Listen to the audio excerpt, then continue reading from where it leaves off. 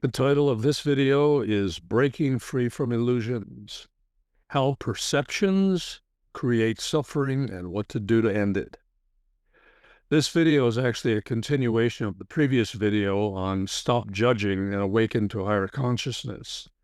I suggest you watch that one as well because it gives you the background for this video and how perceptions are behind your judgments and how they control and limit your spiritual progress.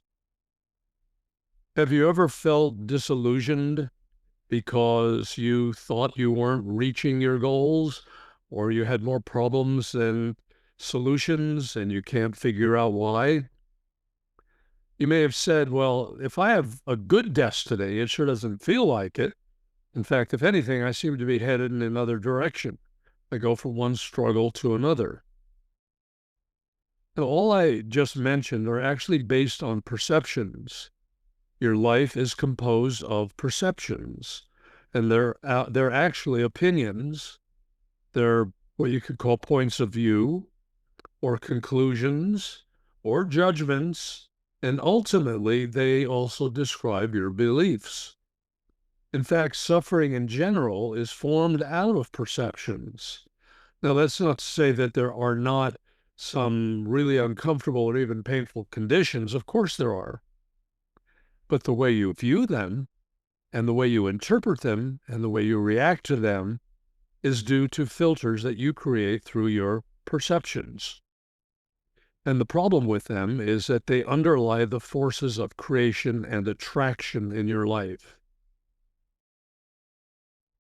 So if you're wondering why the law of attraction hasn't worked for you, you better take a look at perceptions and also judgments in the previous video. When you become a human, besides a body, you also get a mechanism that goes along with that body. And this mechanism is designed to help you survive here, basically through 5 senses. And the main instrument is the analytical mind. Now, this, of course, is a very good thing. However, one of the main tools of the mind is a perceiving mechanism. Perceiving means it interprets everything that you observe and experience. The perceiver is the creator of everything you experience because the perceiver is a filtering device that views everything from numerous programmed perspectives. And from each perspective, it creates an identity or a subpersonality, and it holds on to that with certain beliefs. And it then projects those on people and on situations. And it then uses the identities to create and attract to your life what you then experience.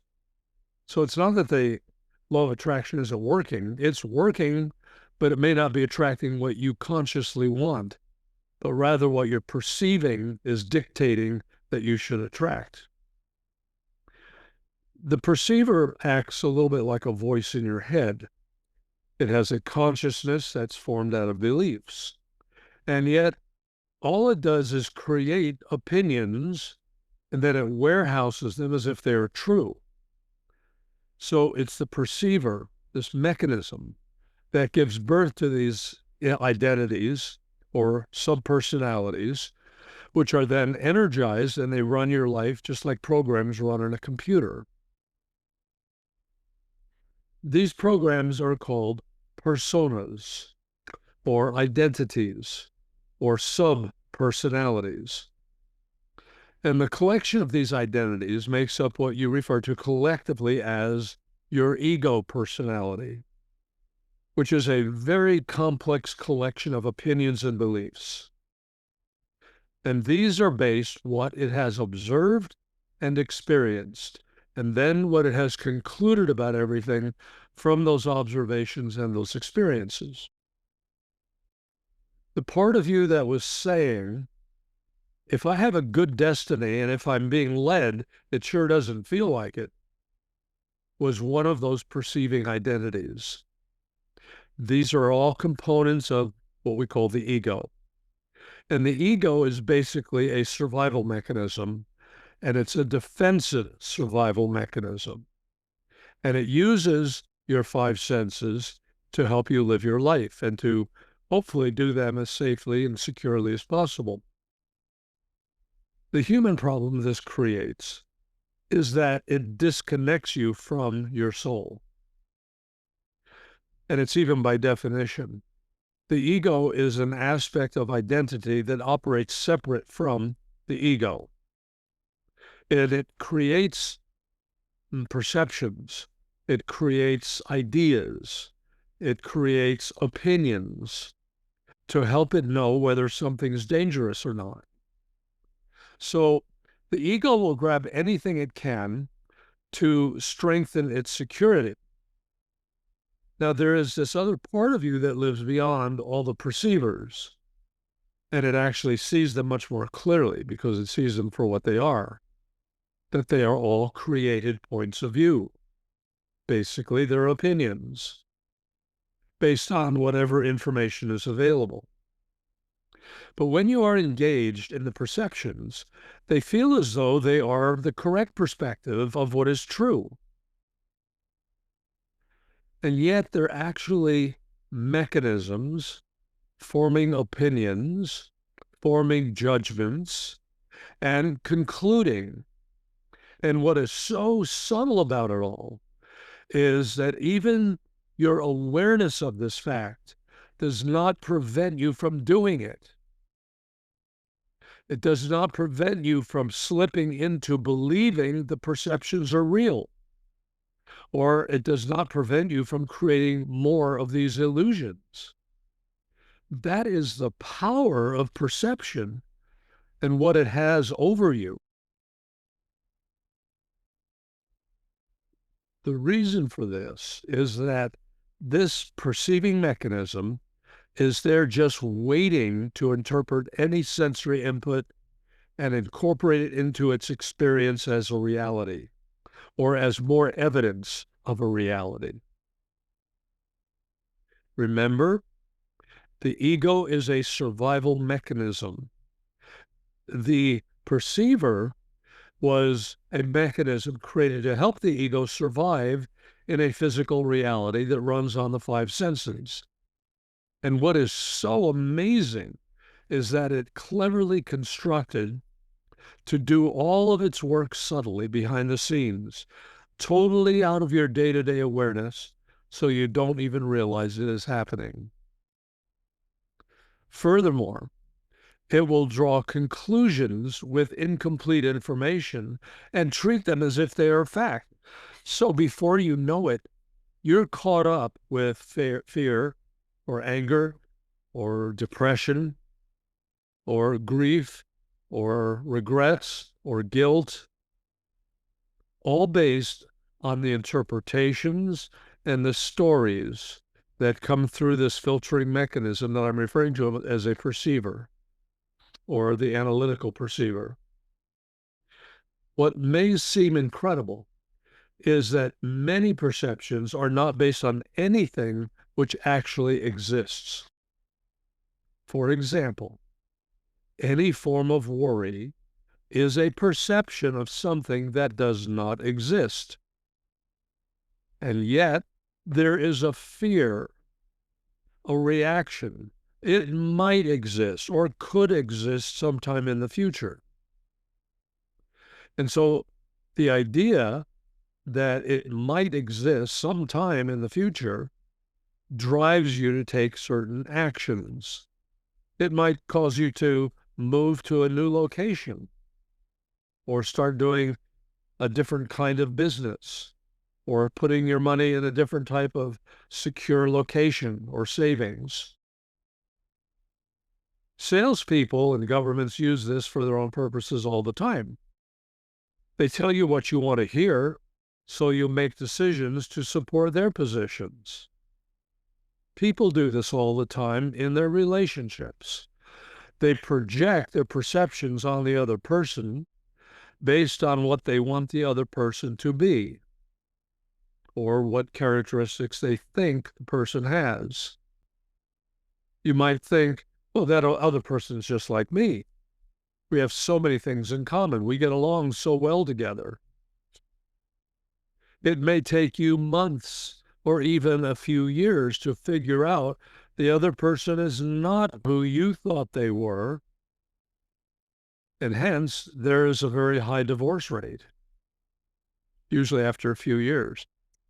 Now, if you've experienced any of this, you formed conclusions based on what the perceiving mechanism told you.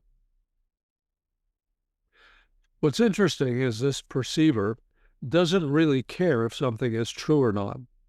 Its job is to anticipate possible threats to getting what you want or avoiding what you don't want. So the perceiver creates an idea something might be real, when it is only a picture in imagination. But then the perceiver goes on and it goes one step further. It imbues the made-up idea, which you can call an illusion, with the sense of it being real, and then it triggers a reaction through the emotions, or some words said, or a position strongly held and defended, or some action that you'll take. When all the while it might be just something that was completely made up, but it seemed to be true. People do this all the time. They predict or prophesy what they say or what they think is going to happen in the coming years. And if you're young enough, like less than 20 years old, or less than 30 years old, even less than 40 years old, you might not have heard so much of these things before. You might not realize that this has been going on for thousands of years. I remember my grandmother, who died many years ago. She lived to be 95. And I remember sitting in the car with her one day, and she was saying that she thought the end of the world was coming soon. And I said, well, what do you mean? What do you base that on? And well, this is what the Bible says. And I said, well, how long have you been anticipating this happening? And she said, well, I've been hearing this since I was a little girl. Well, she was well in her 80s when she was telling me that. That's just one example. I have a whole video on this subject in relation to a lot of New Age phenomenon. And it's on this whole history of ascension. And the same things that people are hearing that are being channeled now, they've been channeling that stuff going back 70, 80, 90 years. And I went through some of the history of that, and I put it in that video. Now, that's not to say it won't happen. There's a saying that if you're a pessimist, eventually you'll probably be right, because things do eventually seem to get screwed up, and people are really good at doing that. When it'll happen, how it'll happen, if it'll happen, when it'll happen, we don't know, but people are constantly making predictions. Yeah, we'd all like to know what's going to happen next year, or next month, or next week, or tomorrow. But I have seen many of these come and go. I've never seen one single predicted date come true in my entire life. And I've seen dozens of them predicted by people that were convicted that they were right, people that were very sure they were right, and people that led and moved large groups of people to follow them in believing the end was coming. Well, someday it will, but not yet. Haven't you ever gotten upset about something only to find out that it wasn't true? Haven't you ever believed something you later found out wasn't true, but you may have strongly defended the belief? Most people have. And those are the result of a perceiver. Something seems to make sense. It sounds logical. There's something written down by a prophet or somebody who channeled something that is predicted to happen. And then the mind runs wild with that and says, wow, that makes sense. Looks like that's happening. And it interprets events as if they are actually true and real. People react to perceptions and threats quite frequently in every way as if they were real, when there may be nothing there or it might be simply a rumor or a conspiracy theory. Well, how do you know what is absolutely true and what is only the imagination that is being perceived to be truth? The way you perceive it and conclude about the perception determines what your experience is going to be. It dictates what you're going to do. The perceiver interfaces with every phase of life, and all perceptions are not wrong. A lot of perceptions are correct. Perception does not preclude common sense. I'm not talking about not doing sensible things to keep things running smoothly. What governments like to do is announce things that you can't do anything about, such as maybe warning you about a coming epidemic or climate change or some danger. So they create a perception in your mind that causes you to react, perhaps wrapping your house with plastic and sealing it up with duct tape, or wearing a mask, or staying 6 feet away from other people. Even though they will not save you from a catastrophe, people will follow those instructions and do them.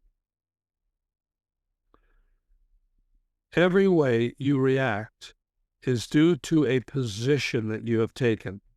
A position is what you believe to be true, and it's based on perceptions, which are really interpretations and opinions that you conclude from an observation or something you read or a video that you saw or something in a magazine or newspaper or something on the internet.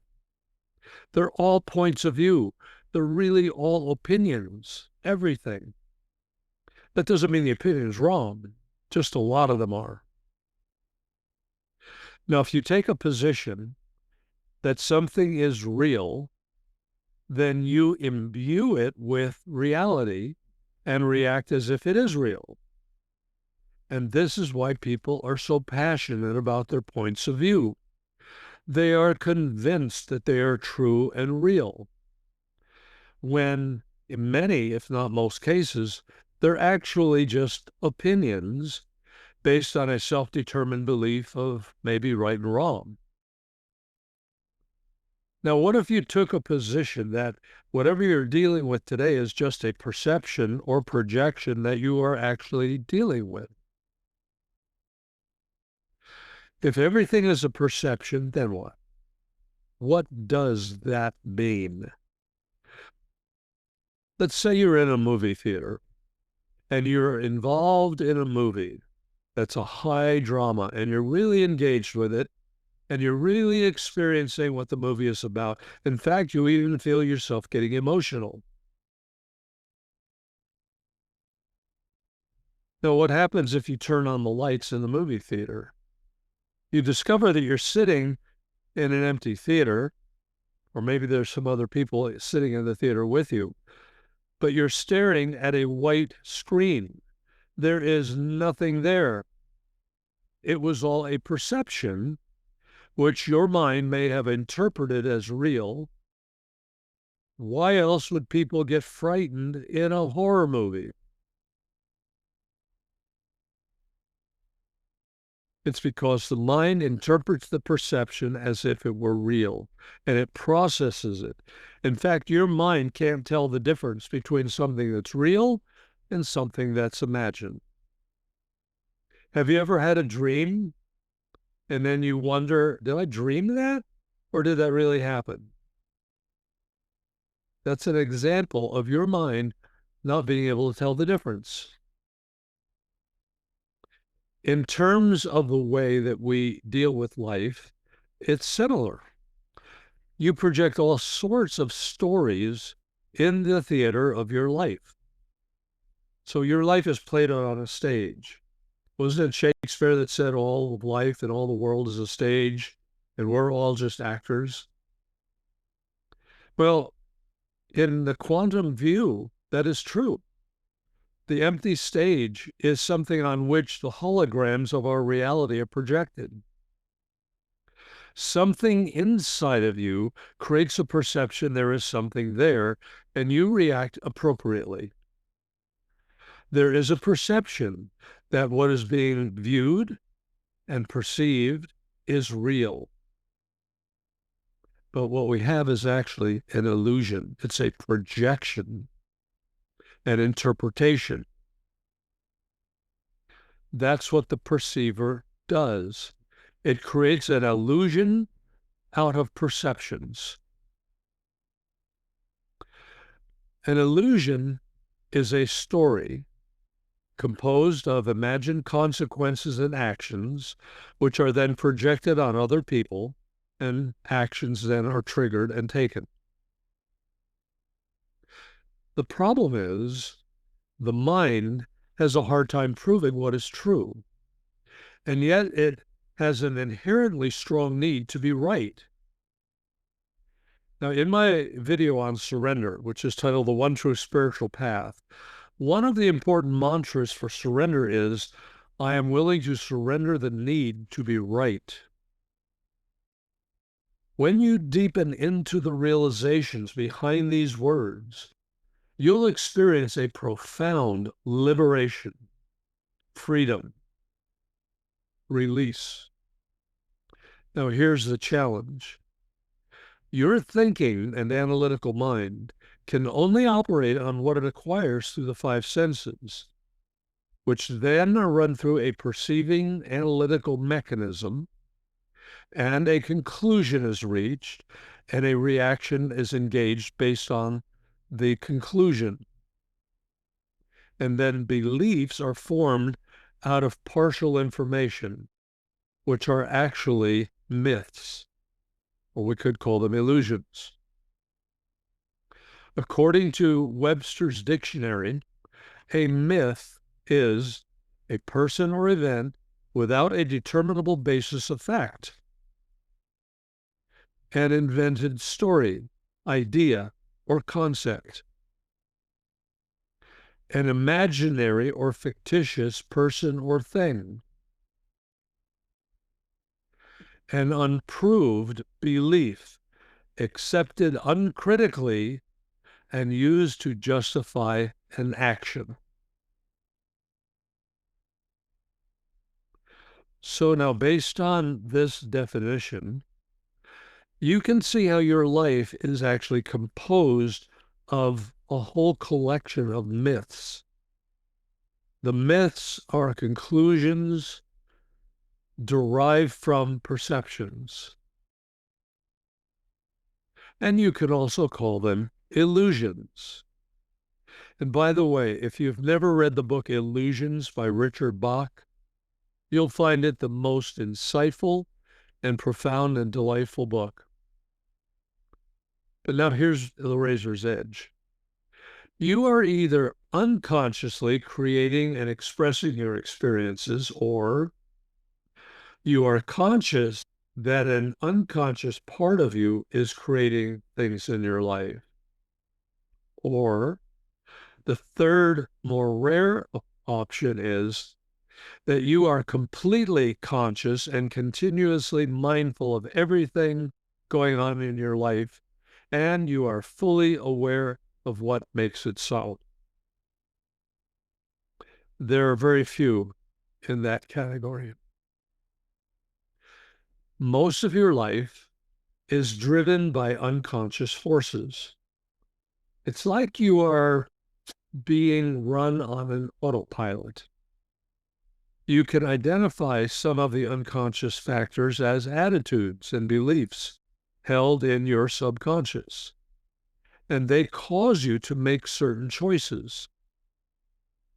When you go deeper, you can uncover karmic obligations or pre-birth agreements, perhaps pre-birth promises or promises from other lifetimes. You know, maybe you were with someone and you decide that you want to be with them again in the future. So you promise them that you will make sure that there will come a time when I will be back again and we will be together again. And I love you so much that I want to be with you forever. And so these situations create the manifestation. Basically, life is going from one story to another all day long, playing a part, reacting to the part, playing out a script of a story, not realizing where the story is even coming from. As long as you are in a story, you are in an illusion. And that means you are asleep or partially asleep, or partially unconscious. And it's my hope that all this information will help you to be more awake, more mindful, more conscious of your conclusions. But even if you are awake, what do we do with all the other people who are not awake? When you are around people who are in a story, which is the majority of people, by the way, it's easy to fall into the unconsciousness of their story yourself. You know, they start telling you their hard luck story. And what is it? It's a story that you get pulled into. You can get pulled in and sympathize with their story, and you become a participant in their beliefs and their emotions. Now, I'm defining unconsciousness as being in a story and thinking it is real. Being at the effect of your karma or energy and not being aware of what is causing it, which can mean mindlessly going through life being victimized by your own story and programs. That is, being unconscious or asleep as far as consciousness is concerned. You're at the effect rather than at the cause, because you may be pulled into all the karmic influences of a particular universe of beliefs because you buy into the beliefs. And so you fall into sleep of unconsciousness where you don't even realize what's happening and certainly don't realize why. You perceive their perceptions to be real because they believe them so adamantly and they convince you. For example, you can get pulled into the fear or anger universe of another person, and then you're pulled into their myths and their illusions that they project on their experience.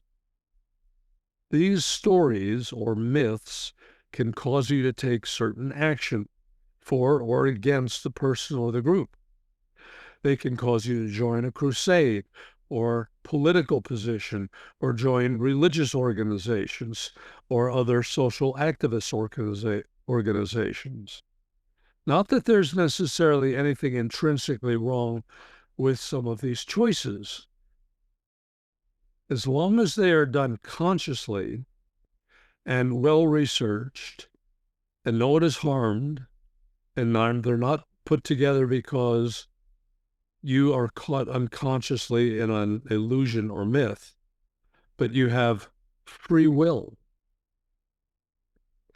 I have a YouTube video titled, What is Truth?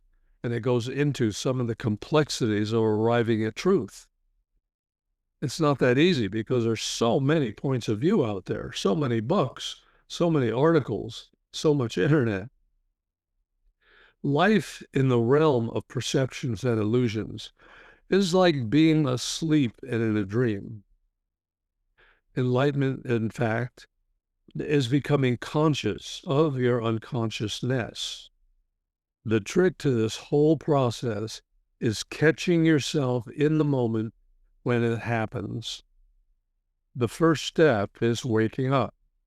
And you can do this by asking yourself several times through the day, if the story that you're experiencing and what you are feeling feels like the universe of light or the universe of darkness.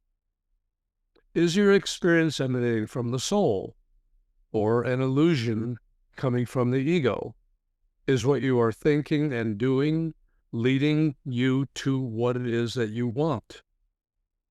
Once you identify the source of your experience, then you're well on your way to shifting out of a perception and more into a reality. And therefore, you can avoid the suffering and the struggling. So if you bring to mind a story that you've been living, a story is anything that causes suffering or struggle, and bring your awareness to the feelings that you have about the story, and ask the soul to merge into the thoughts and the feelings about that story.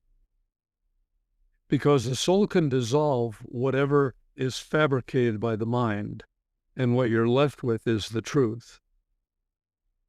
So the process is simply done by bringing light to the darkness, bringing the soul to whatever the construct of the perception is. This is enlightenment. You're bringing the light of the soul in and merging it into and dissolving the reactions to the stories, even if you aren't sure what they might be.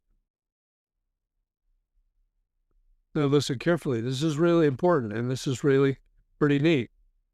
The nature of the soul is to be one with the underlying reality of existence. So it knows what is unreal and what are perceptions. And it also knows how to uncreate them. So if you bring to mind a story that has some kind of block or suffering or struggle or limitation, and then you say, I call to the highest enlightened awareness of my soul to fill my story and all of my feelings about the story.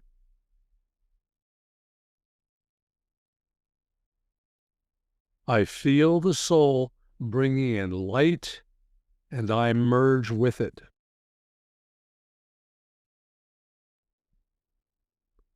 This technique takes the pressure off of trying to figure out what the source of the problem is. And this can be important because a lot of the sources of the challenges that you have come from past lives, and you don't remember what happened. Or you have fragments of memories, but you're not quite sure if that's what the cause is.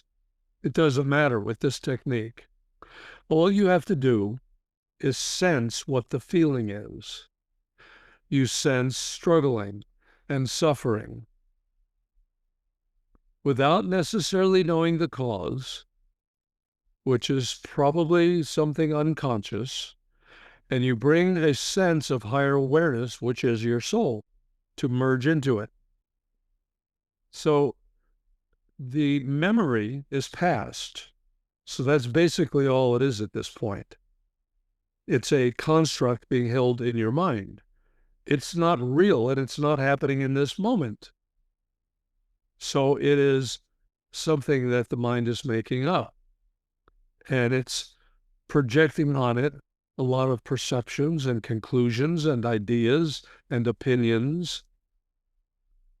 But none of them may be true or real, or may not be the actual ones causing things. So finding all the specifics about what is causing something is not usually that easy. But with this technique, you don't have to. In the face of this technique, nothing has a chance of withstanding it. You can go after anything, and you can use your imagination with this technique, and it operates because of your feelings without you even knowing the cause. If you can feel it, you can heal it, and this is how. For this procedure to work successfully, you connect with some of the story until the story takes over, and you feel some overreaction to it. So it could be something you're worried about. It could be something you feel guilty about. It's something that causes you to feel anxiety or sadness or anger or fear or whatever emotion the story triggers. And then you say, I call the highest enlightened awareness of my soul to fill my story and all of my feelings.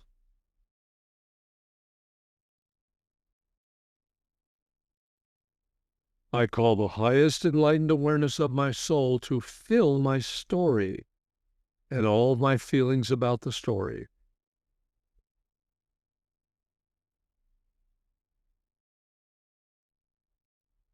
And then you might notice the soul is bringing in peace and bringing in light. And I think this could be demonstrated nowhere better than in relationships. Each person in a relationship of any kind has a collection of perceptions about the other person, whether we're talking about a friendship, a business relationship, or a romantic relationship. And each person constructs a story about the relationship with and through their perceptions and opinions of what they believe that is true. Furthermore, they then project those perceptions, stories, and opinions on the other person, and quite often it doesn't really work. You either succumb to the other person's story and personality, or you are in a state of conflict or disturbance. Hence, partnerships often don't last. Friendships often don't last. Employment rarely lasts an entire lifetime, and neither do marriages. It's the nature of consciousness itself to create stories, because without them, there is nothing. So the mind is constantly weaving stories together, and you go from one story to another all day long. A story is simply a collection of opinions, perceptions, and beliefs, all woven together in a narrative. And you believe it's true. And therefore you take actions toward the players in your story as if the story is true. Now, the problem, of course, is that your story may not align with other people's stories. When you're living through a distorted perception of reality, you're usually living unconsciously in the illusion or myth. You get stuck in the story and the perception, and then you mistake them as if they are real when they never were. Now, of course, you cannot live without an opinion. Of course, you can live without stories. But if there's going to be a new way of living without suffering and struggling, it is that you are not unconsciously pulled into distorted stories. And ultimately, you must evolve to living from your soul, not from a story. The soul is love and peace, and it doesn't create or project judgments or stories on others. It lives in a very peaceful, loving, and neutral place. If your story has suffering in it of any kind, or pain, or struggling, then it's not coming from the soul. Now, you might be surprised to hear me say that you cannot live without stories or illusions. And this is because everyone has defined themselves through stories and illusions, and they're all made up. But they've created their lives around them. Life has become a collection of experiences that you assign meaning to. And that is precisely what a myth is. So the next stage would be to only choose the stories that honor who you are and do it consciously. And ultimately, the only way to do this is to merge with your soul. And that is something that's done over time, especially in meditations in which you call to the soul and ask it to merge into all of your thoughts, all of your beliefs, all of your opinions, and all of your emotions. This is called soul merging. And over time, you become free of the ego distortions and you live from the soul and from divine presence. Playing through stories can be fun, as long as you do it consciously and aren't being drugged through them or forced to live in someone else's story, which they believe is reality, and you don't want any part of it. But if you can play out the conscious creation of stories with someone else who wants the same life stories as you do, well, then that's fun. Have pleasant dreams and pleasant experiences until we meet again. This is Jonathan Parker.